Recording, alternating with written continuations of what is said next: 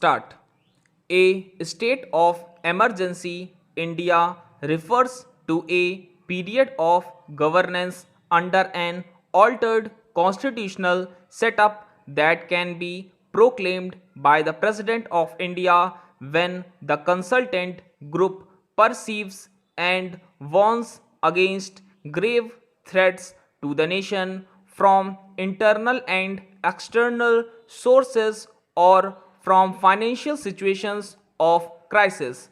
Under the advice of the Cabinet of Ministers and using the Constitution of India, the President can overrule many provisions of the Constitution which guarantee fundamental rights to the citizens of India and acts governing devolution of powers to the states which form the federation. In the history of independent India, a state of emergency has been declared thrice.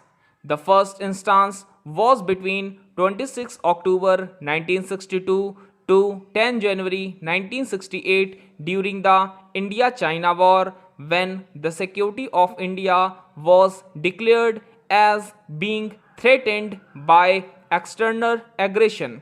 The second instance was between 3 December 1971 to 21 March 1972, which was originally proclaimed during the Indo-Pakistan War. It was later extended along with the third proclamation between 25 June 1975 to 21 March 1977 under controversial circumstances of political instability under Indira Gandhi's prime ministership, when emergency was declared on the basis of internal disturbance, but this term was too vague and had a wider connotation, and hence 44th Amendment Act 1978 substituted the words internal disturbance for armed rebellion. The phrase emergency period, used loosely when referring to the political history of India, often refers to the third and the most controversial of the three occasions. The President can declare three types of emergency: national, state and financial emergency. Originally, at the beginning, national emergency could be declared on the basis of external aggression or war and internal disturbance in the whole of India or a part of its territory under Article 352.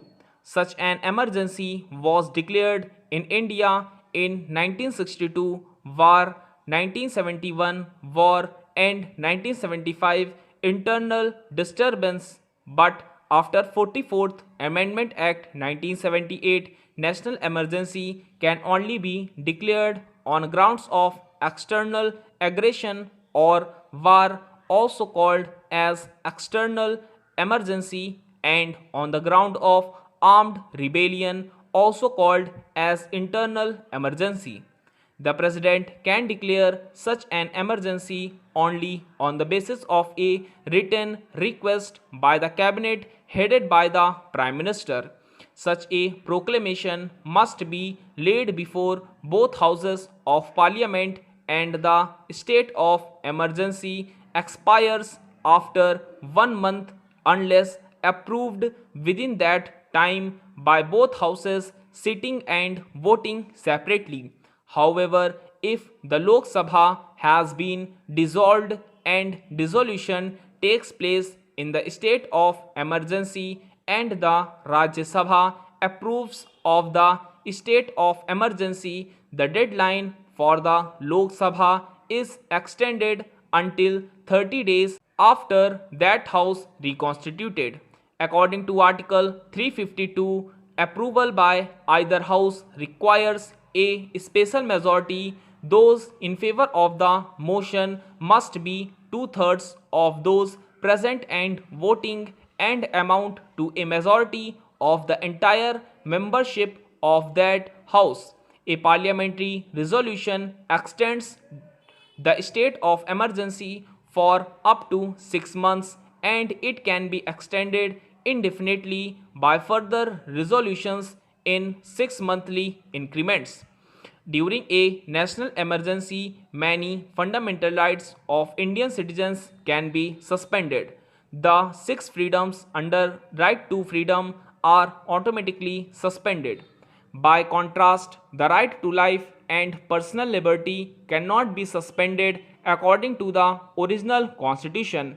In January 1977, during the emergency declared controversially by Indira Gandhi, the government decided to suspend even the right to life and personal liberty by dispensing with habeas corpus. Justice Hans Raj Khanna defended the right to life and asked life is also mentioned in Article 21 and would government argument extend to it also. The Attorney General observed even if life was taken away illegally, courts are helpless. Stop.